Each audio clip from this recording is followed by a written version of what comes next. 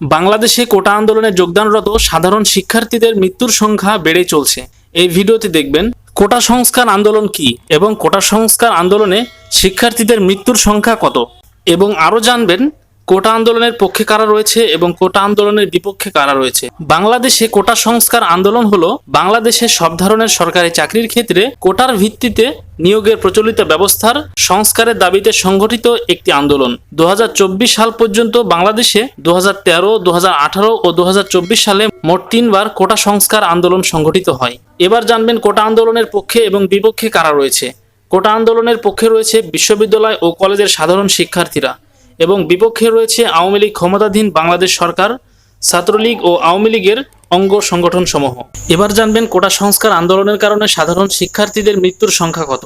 তবে সাধারণ শিক্ষার্থীদের মৃত্যুর সংখ্যা এখন পর্যন্ত সঠিকভাবে কেউই বলতে পারেনি। তবে সরকারি হিসাব মতে 150 জন মারা গেছে এবং বিভিন্ন গণমাধ্যমে এর উল্টোটা। বিভিন্ন সংবাদ মাধ্যম থেকে প্রাপ্ত তথ্য অনুযায়ী 2024 সালের কোটা সংস্কার আন্দোলনে এই পর্যন্ত 209 জনেরও অধিক মানুষ নিহত হয়েছে। সাধারণ শিক্ষার্থীরা ভাবতেও পারেনি যে তাদেরকে গুলি করে হত্যা করা হবে। পুলিশ আমাদের একটু বাধা দিবে, এটা ঠিক মানা যায়, কিন্তু ছাত্রলীগ আমাদের মারাকে আমরা এটা জবাব চাই। আমরা কি দেশের নাগরিক না? আমরা কি রাজাকার? আমরা কি ভাই? আমাদেরকে জবাব চাইতে হবে, জবাব দিতে হবে সরকারকে।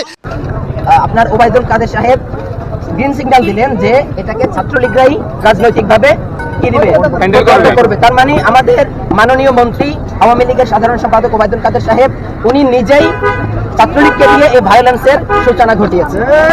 আবু সাইদের মতো আরো অনেক শিক্ষার্থীকে নির্মমভাবে হত্যা করা হয়েছে।